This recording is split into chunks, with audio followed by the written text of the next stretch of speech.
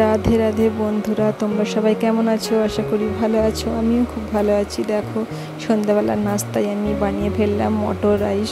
এতে আলু টমেটো কুচি দিয়ে দিয়েছিলাম। কিভাবে করলাম তোমাদের সাথে শেয়ার করছি। দেখো এখানে আমি সব নিয়ে নিয়েছি, আলু কুচি, টমেটো কুচি, পেঁয়াজ কুচি আর সবুজ মটরশুঁটি নিয়ে নিয়েছিলাম। দেখো, আর নিয়ে নিয়েছিলাম এখানে 1 বাটি বাসমতি চাল, লম্বা লম্বা বাসমতি চাল নিয়ে নিয়েছি। দেখো, কুকারে রিফাইন তেল দিয়ে বসিয়ে দিলাম। কুকারটা দেওয়ার পর দিয়ে দিচ্ছি জিরে, গোটা জিরে, তারপরে পেঁয়াজও দিয়ে দিয়েছি। দেখো, পেঁয়াজগুলো একটু লাল লাল করে ভেজে নেবো, বেশি লালও হবে না। দেখো, তার মধ্যে দিয়ে দিয়েছিলাম আদা রসুন টমেটো।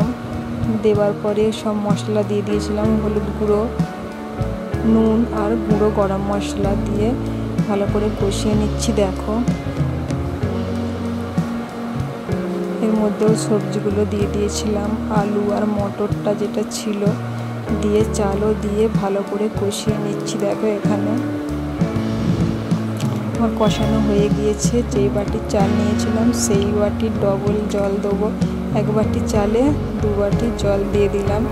তাহলে জলটা ঠিক মতো দিলে ভাতটাও একটা একটা হয়, পর ভালোও হয়।